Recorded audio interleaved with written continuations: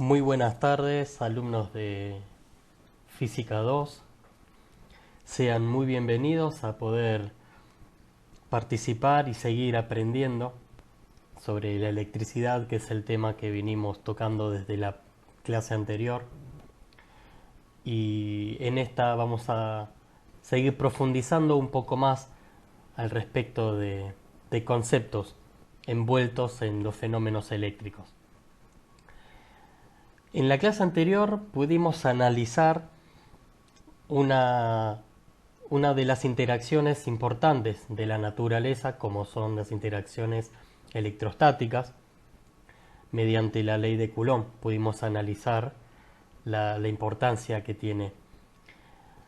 Ahora, en realidad, ¿por qué es importante estudiar las fuerzas electrostáticas?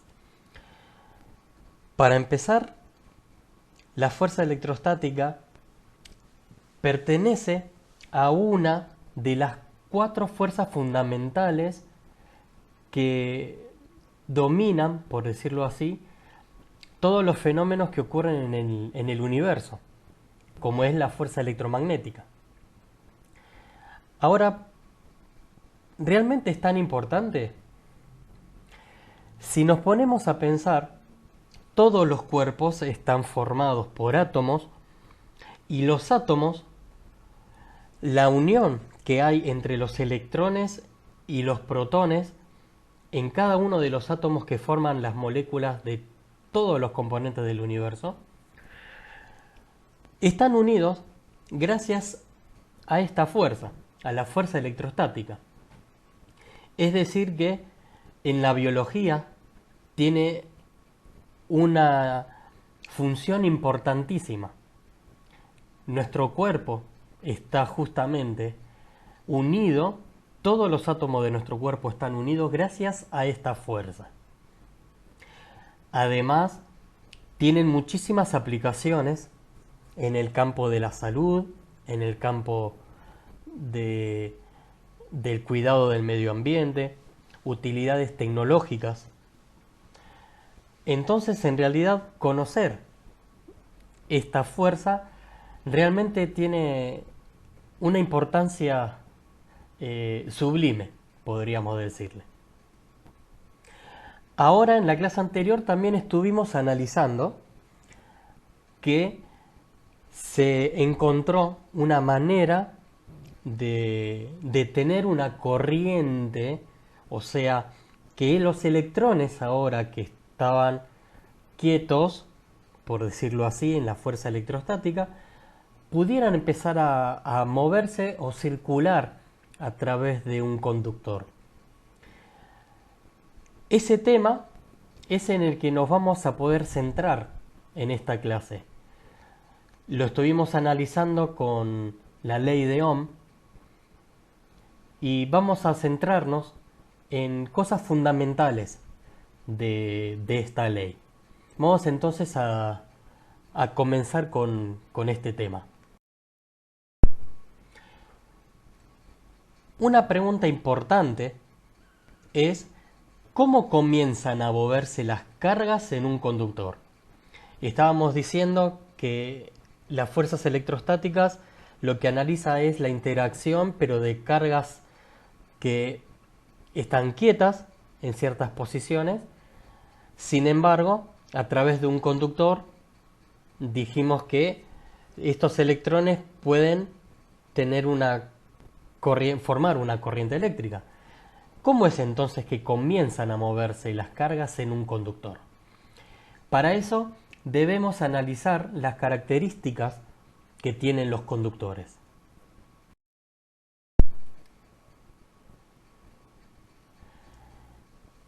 En los conductores, la mayoría de los conductores están formados por metales.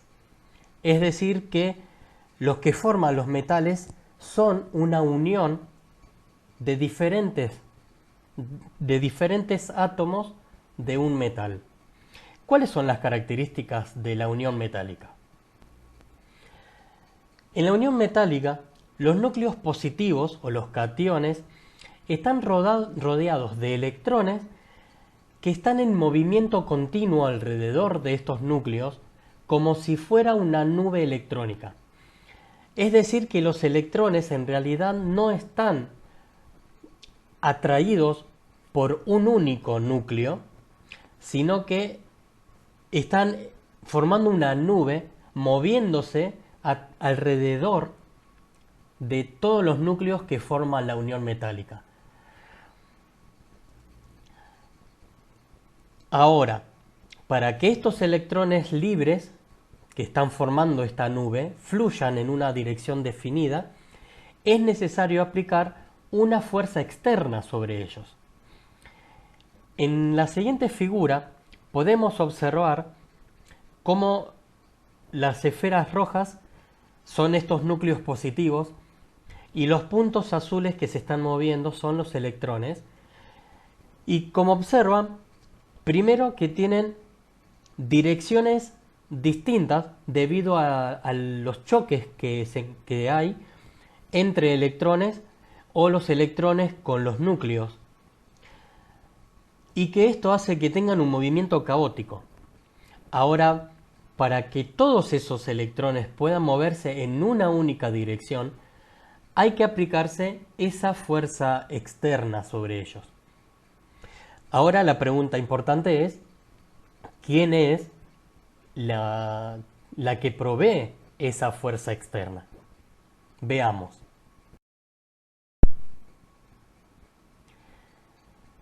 Un componente importante que lo usamos diariamente es la batería o las pilas. Ahora, ¿cuál es la función que tiene la batería o la pila? Bien, la batería es la encargada de suministrar energía necesaria para que las cargas puedan fluir a través de un conductor. Ahora, dentro de la batería o de las pilas ocurren reacciones químicas de oxidación-reducción de elementos químicos. Es importante tomar en consideración esto porque estamos hablando de movimiento de electrones. Es decir, que reacciones químicas seguramente deben ocurrir para que haya un flujo de electrones en un conductor. Ahora, esta energía química que ocurre debido a la reacción de oxidación y reducción, transforma esa energía, la energía suministrada por estas reacciones, y las transforman en energía cinética, la energía que se les provee a estos electrones para que puedan ahora comenzar a fluir dentro del conductor. Ahora veamos cómo es el funcionamiento de estas reacciones dentro de la batería.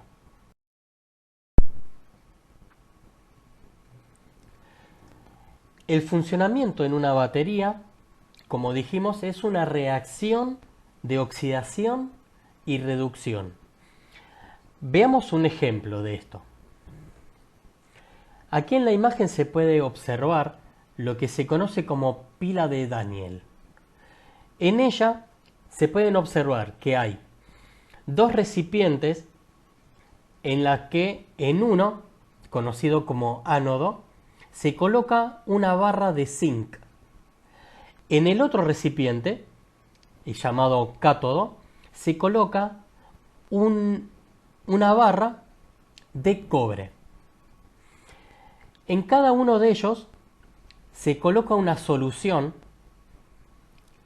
En la de la izquierda, donde está la barra de zinc, se coloca una solución de sulfato de zinc, y en el recipiente de la derecha, donde está el cobre, se coloca una solución de sulfato de cobre. Para unir ambos recipientes se coloca lo que se llama un puente salino. Como bien dice la palabra, la sal, se debe colocar una sal para que a través de ella puedan fluir las cargas eléctricas de un recipiente al otro.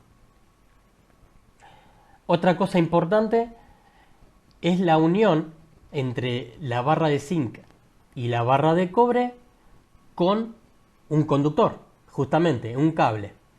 Estos cables están unidos o están conectados, mejor dicho, a un voltímetro que va a permitir observar cuánta energía provee esta reacción química. Algo importante, dijimos que este tipo de reacciones es de oxidación y reducción. Es decir, que uno de los elementos debe reducirse y otro de los elementos, el otro elemento, debe oxidarse. ¿Qué quiere decir que un elemento se oxide o que se reduzca? Un elemento que se oxida es el que provee electrones al medio. Y un elemento que se reduce necesita de esos electrones para poder reducirse.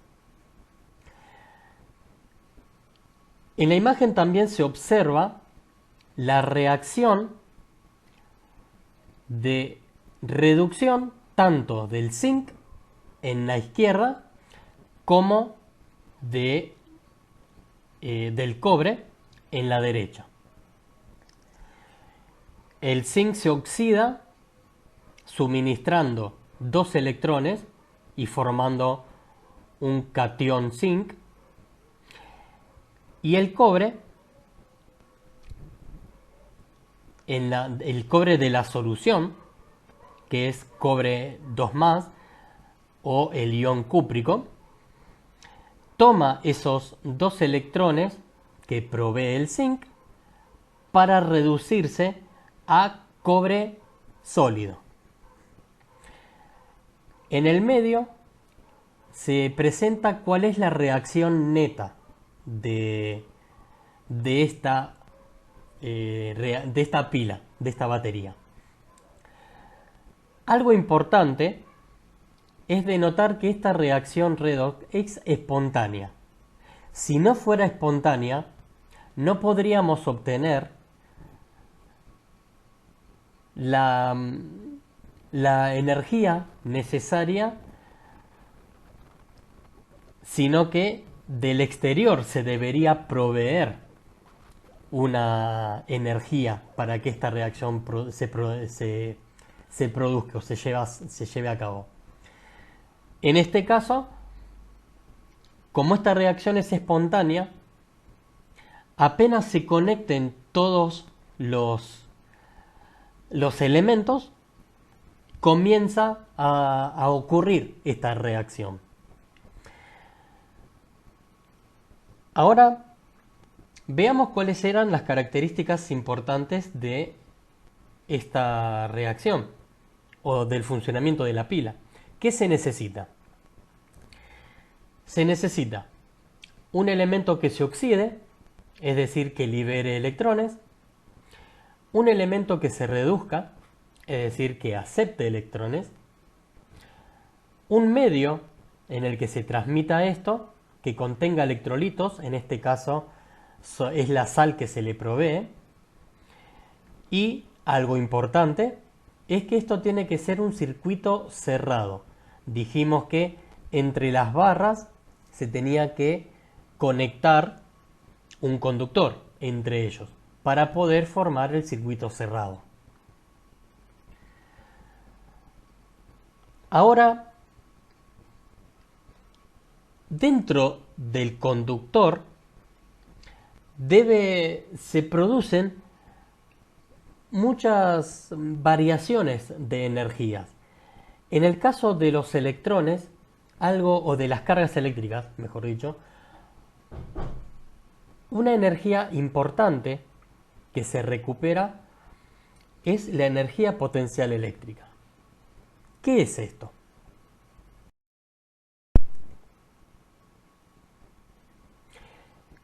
Analicemos qué es la energía potencial. La energía potencial eléctrica la podemos calcular como el trabajo que debe ejercer una fuerza externa sobre una carga para moverla a través del campo eléctrico generado por una carga fuente.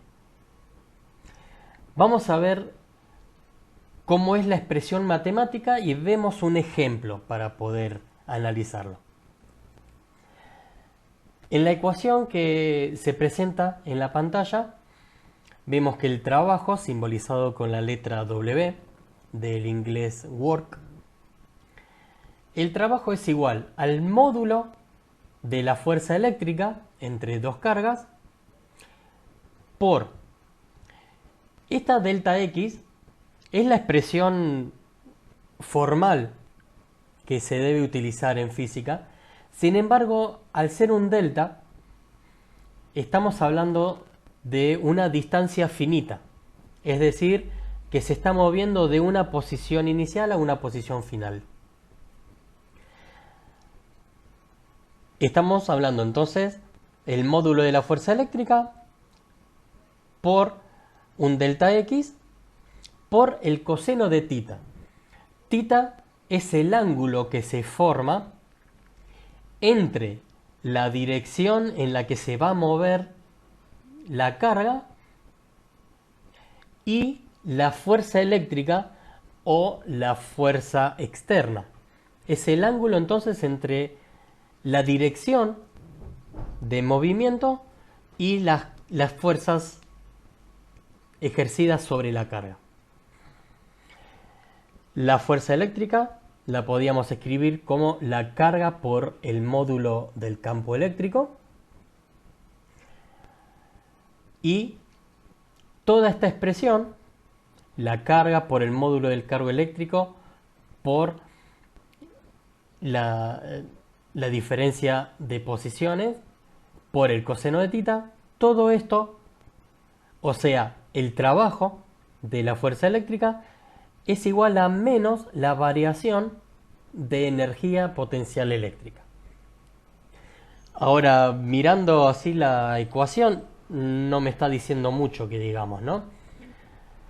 Ahora, veamos un ejemplo para poder comprender esta ecuación.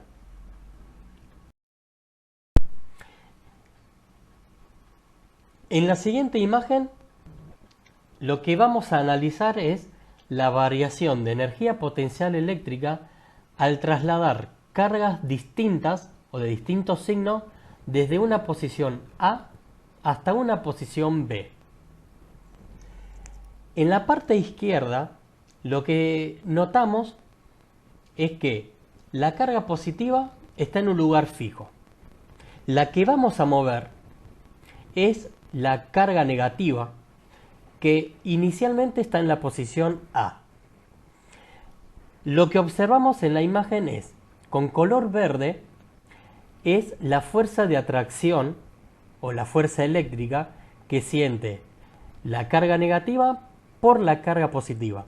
Es decir que, por naturaleza, vamos a decirlo de esta manera, la carga negativa se va a querer acercar a la carga positiva. Quiere decir entonces que para moverla a la carga negativa desde la posición A hasta la posición B, tengo que ejercer una fuerza externa, que es la que se muestra con la flecha en color rojo, y la posición o el vector posición, por decirlo así, está indicado con la flecha en color negro. En la imagen de la izquierda se observa que la carga positiva había quedado fija y ya observamos la interacción que siente la carga negativa cuando está en la posición B.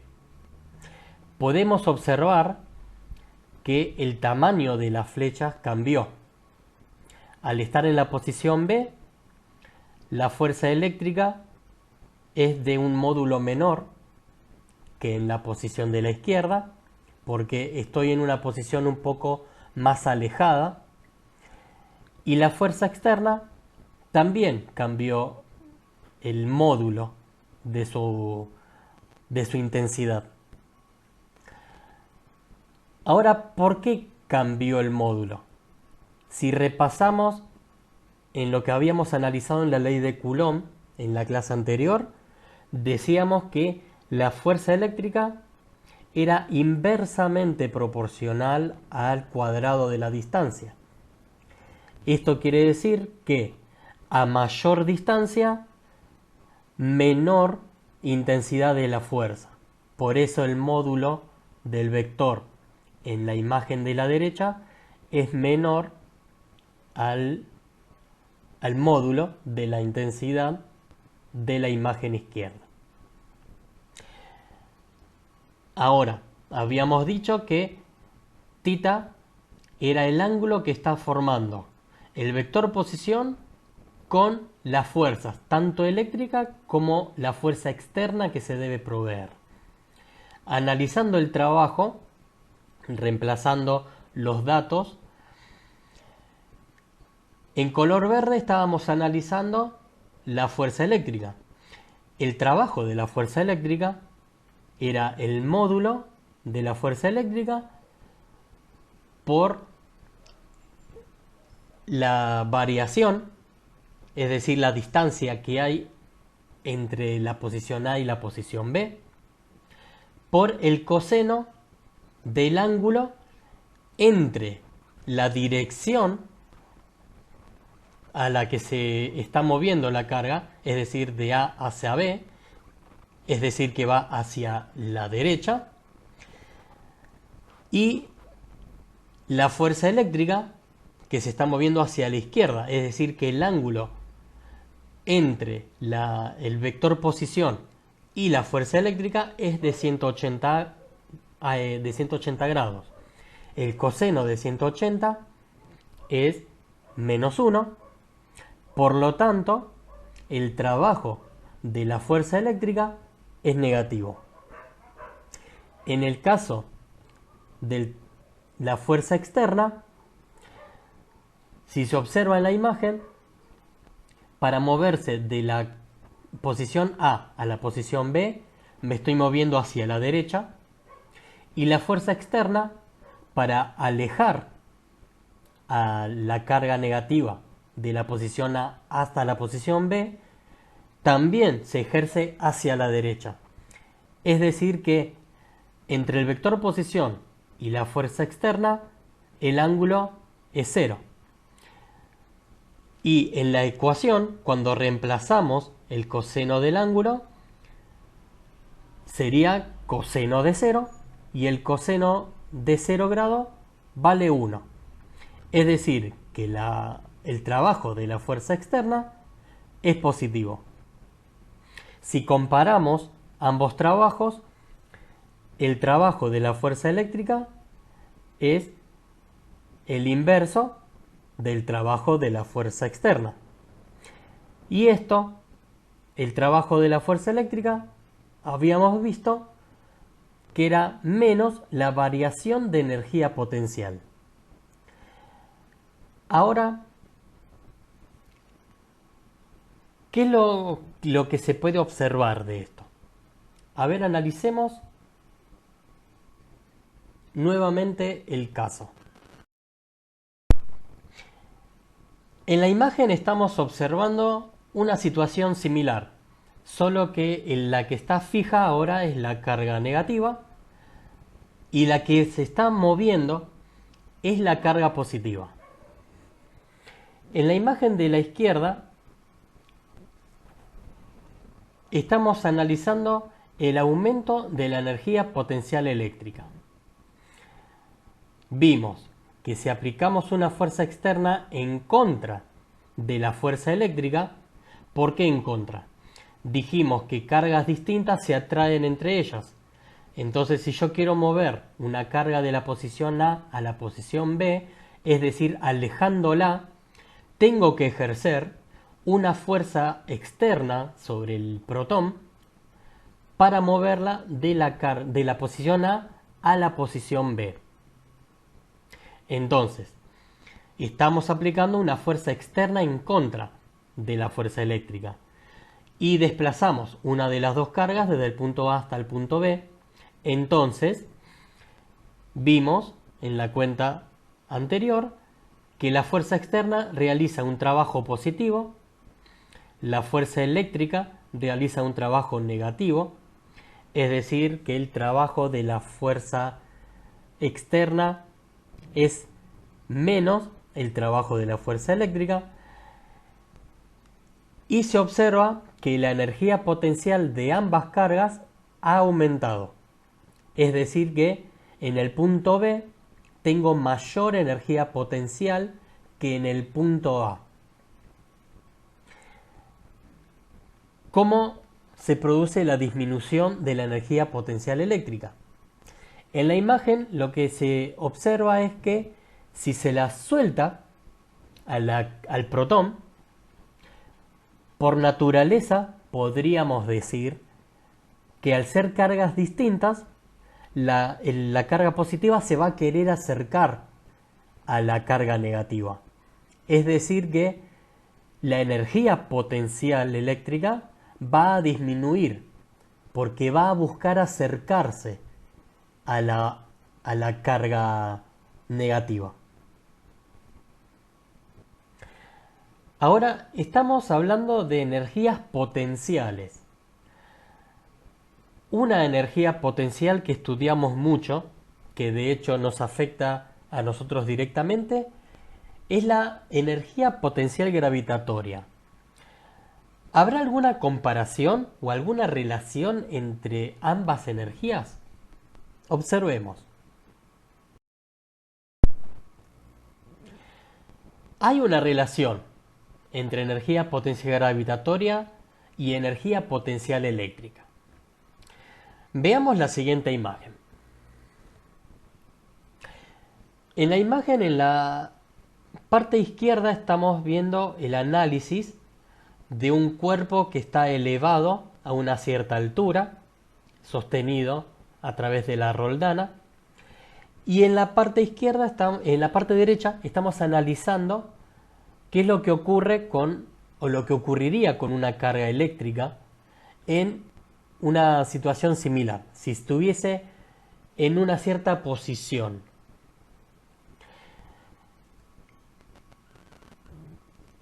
En la parte izquierda se observa que si se corta la soga, la energía potencial eléctrica se convierte en energía cinética. La KE, estamos hablando de términos en inglés, es kinetic energy. Y en la imagen derecha se observa que si se cortase lo que mantiene a la carga positiva en esa posición, por naturaleza, la energía potencial eléctrica también se convertiría en energía cinética para acercarse a la carga contraria, que es la que está en la base.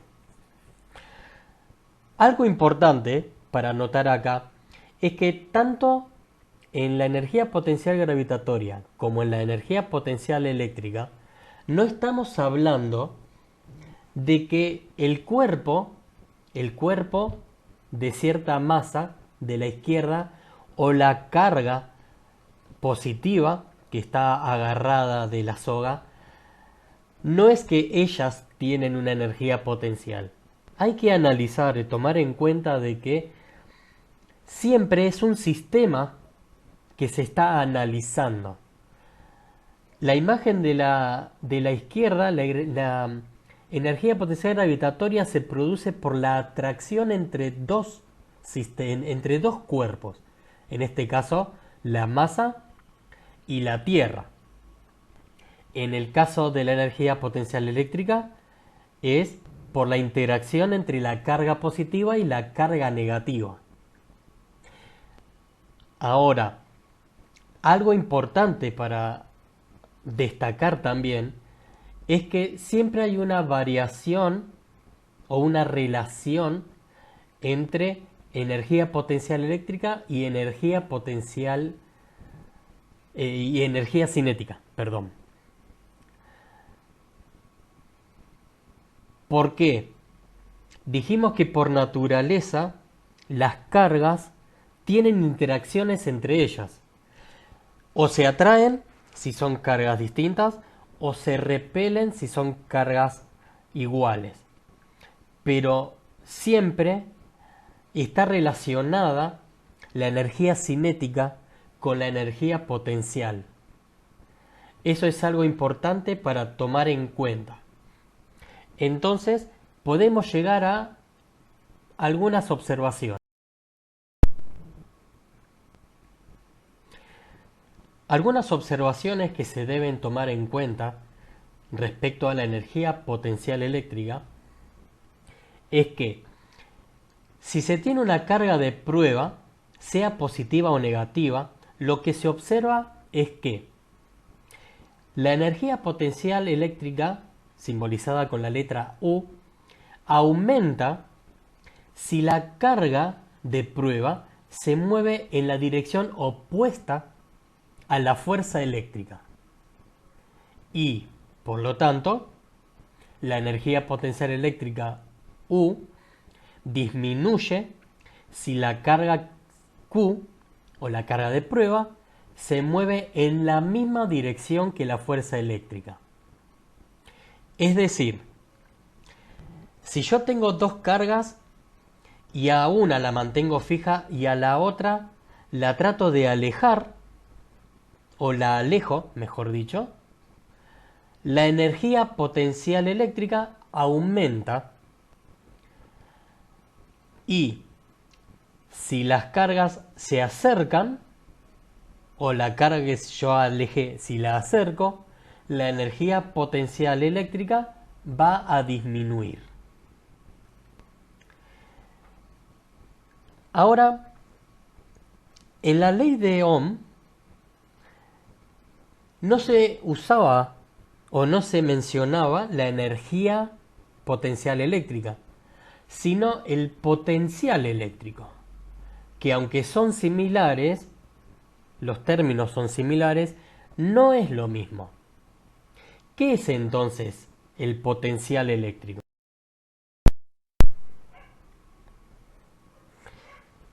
Entonces, ¿cómo podemos definir al potencial eléctrico? El potencial eléctrico es la capacidad de producir un trabajo mecánico sobre las cargas para hacerlas fluir en un conductor. ¿Cómo se relaciona el potencial eléctrico con la energía potencial? El potencial eléctrico es la energía que se le debe suministrar a una carga para poderla hacer fluir. O dicho de otra manera, es la energía por unidad de carga que se le debe proveer a esa carga para que fluya. También está relacionada con el campo eléctrico por el que esa carga va a fluir dentro del conductor. O también se la puede relacionar con la distancia a la que se debe mover una carga. Algo para destacar es que la energía potencial eléctrica no es un vector. Por lo tanto, el potencial eléctrico tampoco es un vector.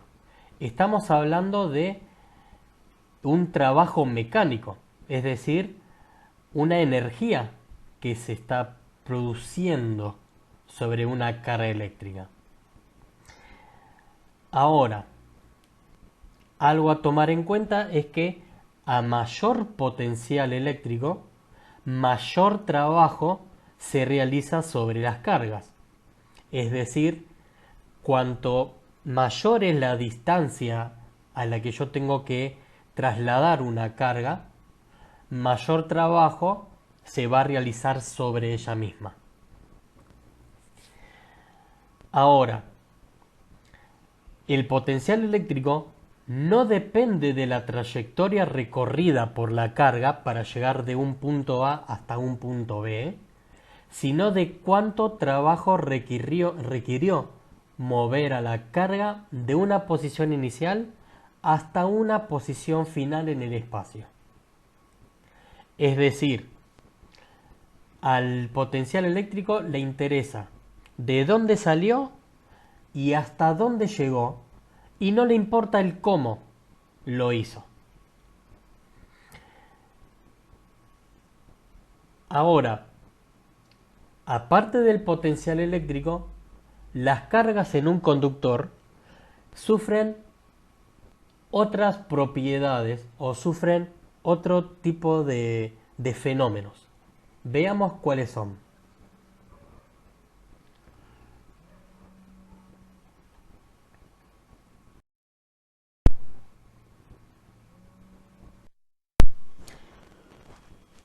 Una propiedad importante de los conductores, por los que los electrones van a tener que fluir,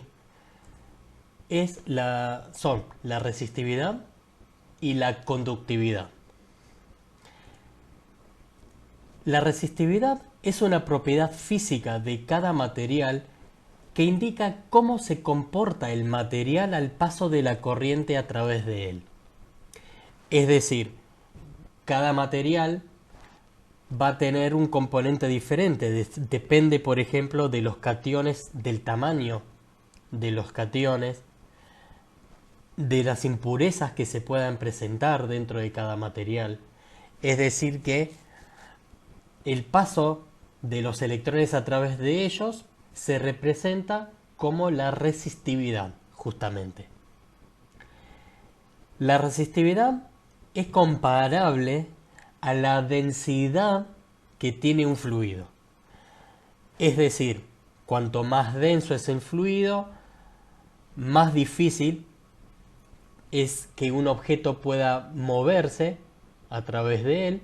En el caso de la resistividad, como mencionamos, estas condiciones, el material del que está hecho, las impurezas, por ejemplo, también afectan a la resistividad.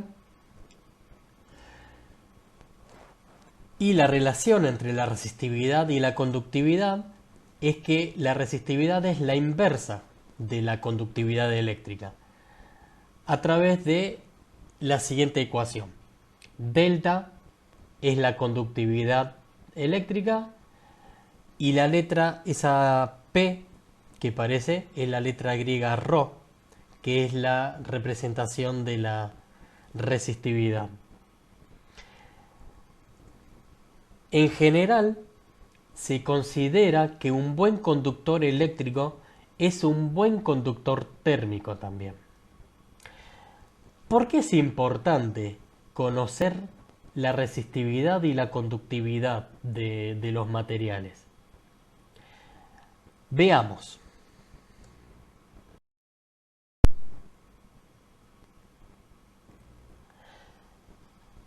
La resistividad y la conductividad ayudan a clasificar a los materiales según el comportamiento al paso de la corriente, o como dijimos recién, según su resistividad.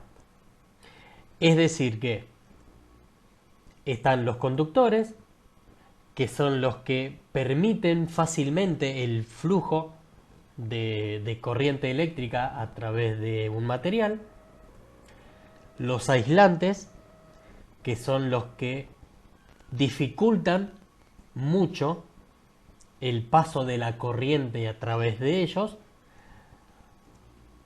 los semiconductores, que son elementos que dependen de las condiciones a los que se enfrenten, permiten el paso de la corriente o no.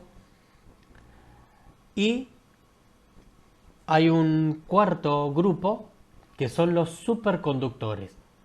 Ahora, para que un elemento se comporte como un superconductor, hay que tomar en consideración otra condición física. ¿Cuál?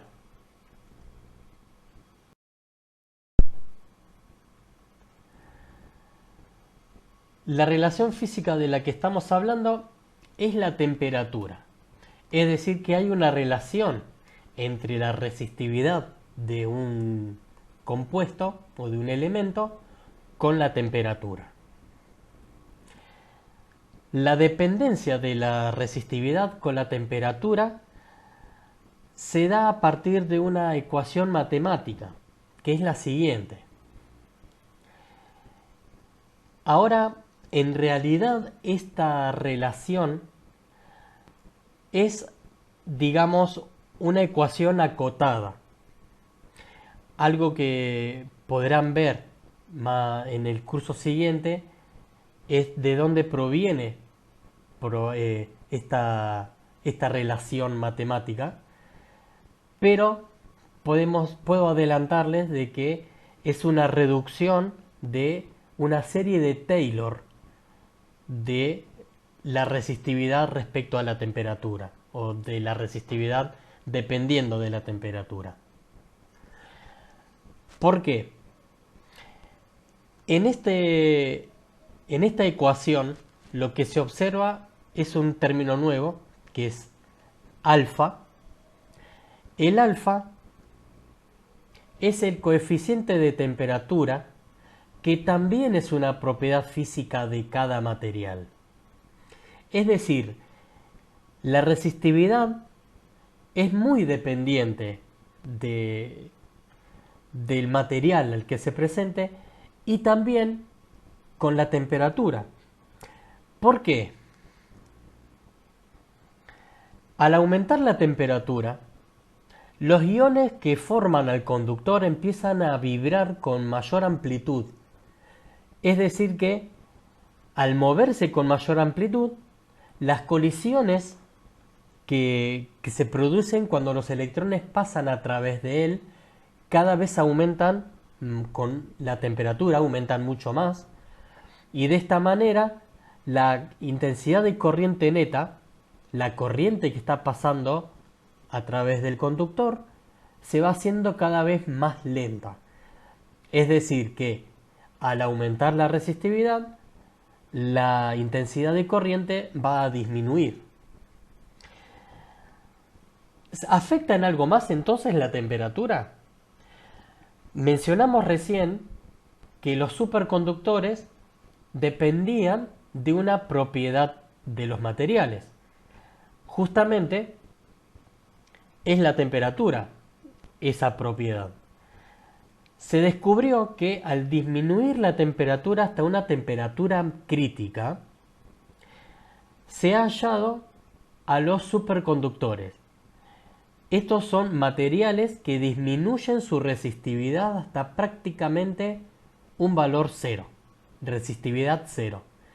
Esta temperatura crítica a lo que se refiere es llevar al movimiento de los electrones en el conductor hasta prácticamente su quietud. Es decir, que la temperatura crítica es la temperatura a la que los electrones del conductor prácticamente están quietos. Y entonces la corriente eléctrica puede pasar a través de ellos libremente. A esos elementos, a esos materiales, se los llaman superconductores.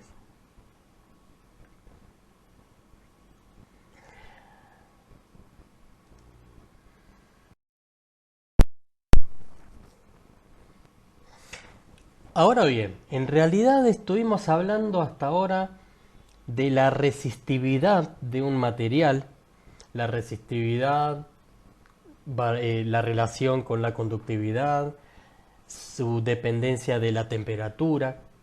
Sin embargo, nosotros no usamos generalmente la palabra o el concepto resistividad, sino que lo que usamos o lo que conocemos comúnmente es una resistencia. Ahora, ¿qué relación hay entre la resistividad y la resistencia? La resistividad dijimos que es una propiedad específica de cada material que indica la resistencia al paso de la corriente a través de él. Mientras que la resistencia en sí es la oposición al paso del flujo eléctrico, pero de cualquier material. Es decir, la resistividad es específica, la resistencia es general. ¿Cuál es la relación entre ellos? Esta relación viene dada por esta ecuación, donde R es la resistencia, ρ es la resistividad, L es la longitud del conductor y A es el área del conductor. Por lo que se observa en la ecuación, la resistencia es directamente proporcional a la longitud del conductor. Es decir, cuanto mayor sea la longitud del conductor, más le va a costar a los electrones o a la corriente atravesar ese conductor.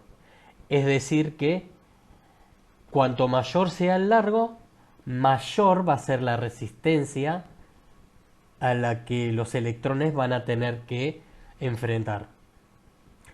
En cambio, la resistencia es inversamente proporcional al área transversal del conductor. Es decir, podríamos decirlo que cuanto más ancho sea el conductor, menos resistencia va a presentar a la corriente eléctrica, por lo tanto va a aumentar el flujo de electrones a través del conductor.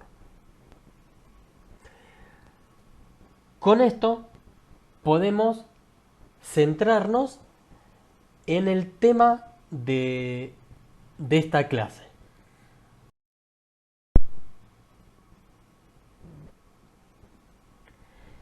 El tema central de esta clase era la ley de Ohm. Como habíamos mencionado en la primera clase, en la ley de Ohm hay una relación entre tres variables. La intensidad de corriente, que se mide en amperios, la diferencia de potencial, que se mide en voltios, y la resistencia, que se mide en ohms. La relación o la ecuación matemática que los relaciona es la siguiente. La intensidad de corriente es igual a la variación o a la diferencia de potencial dividido la resistencia del conductor. Habíamos mencionado que cuanto mayor sea la resistencia de un conductor, mayor es la energía que se le debe proveer a los electrones o al flujo de electrones, que es la corriente, para que pueda atravesarlos. Y como estuvimos viendo a lo largo de esta clase, estuvimos analizando qué era esa diferencia de potencial y qué es la resistencia para poder considerar ejercicios donde puedan aplicarse la ley de Ohm, es decir, análisis de circuitos eléctricos, que es a lo que vamos a centrarnos en la próxima clase.